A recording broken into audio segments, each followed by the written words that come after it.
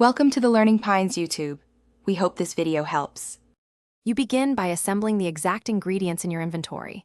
1 egg, 1 milk, and 1 butter. These are mandatory. Once done, approach the cooking station and open the crafting bench.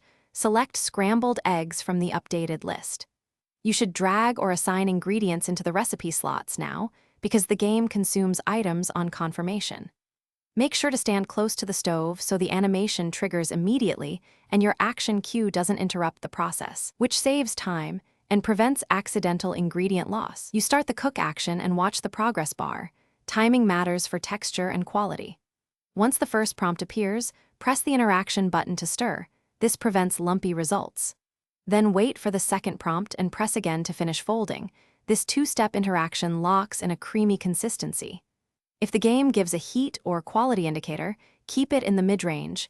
Medium heat avoids burning and yields higher dish quality. Make sure to respond promptly to prompts so the recipe registers as perfected.